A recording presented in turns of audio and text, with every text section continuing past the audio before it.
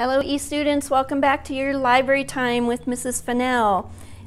The book that I have today, the title is Once Upon a Cool Motorcycle Dude, and I'm going to open it up and read the author and illustrator because they're not listed on the cover on this book. So here we go. This book is written and illustrated by Kevin O'Malley and also illustrated by Carol Hayer and illustrated by Scott Gatto. Once Upon a Cool Motorcycle Dude. For our library project, we were supposed to tell you our favorite fairy tale, but we couldn't agree on which story was the best, so we just made one up. I'll begin the story.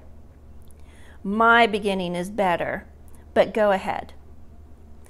Once upon a time, in a castle on a hill, there lived a beautiful princess named Princess Tenderheart. Every day, Princess Tenderheart would play with her 8 beautiful ponies. She named them Jasmine, Nimble, Sophie, and Polly. And Penny and Sunny and Monica, her favorite pony of all, was called Buttercup. Please, don't call him Buttercup. Call him Ralph or something. One night, a terrible thing happened. A giant came and stole away poor little Jasmine. All the other ponies cried and cried, but Princess Tenderheart cried hardest of all. It was very sad.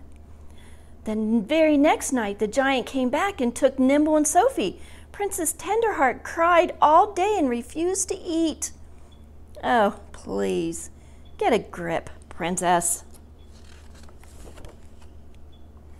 Her father, the king, hired all the princes he could find to protect the ponies, but night after night, another pony was stolen away. The poor princess just sat in her room and turned straw into gold thread. She cried and cried and cried. When only Buttercup was left, Princess Tenderheart thought her heart would break. Oh, who would protect Buttercup? That's it. I'll take it. I can't take it anymore. I'll tell the story from here. Dudes. One day, this really cool muscle dude rides up to the castle on his motorcycle. He says he'll guard the last pony if the king gives him all the gold thread that the princess makes. The king says okay, and the dude sits and waits for the giant. As if he's not even cute or anything. So that night, the giant heads up to the castle. Man, this giant, it was an ugly dude. He was big and mean, and he had 4 teeth in his mouth that were all rotten and yellow and black. And his breath smelled like rotten, moldy, stinky, wet feet. That's just gross. He needs 8 ponies to make a tasty pony stew, and he only had 7. So that night, he goes to steal the last horsey.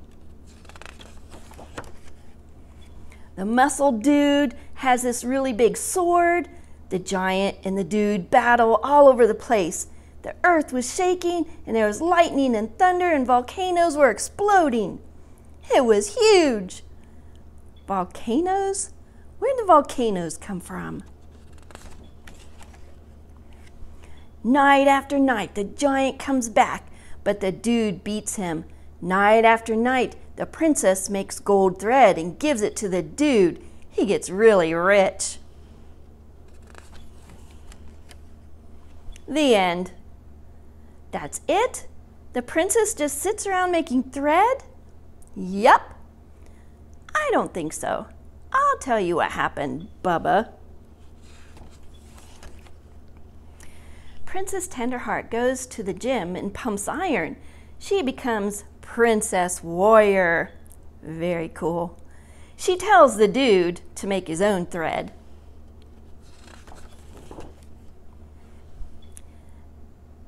So that night, the princess has this huge and tremendous battle. The giant runs back to his cave.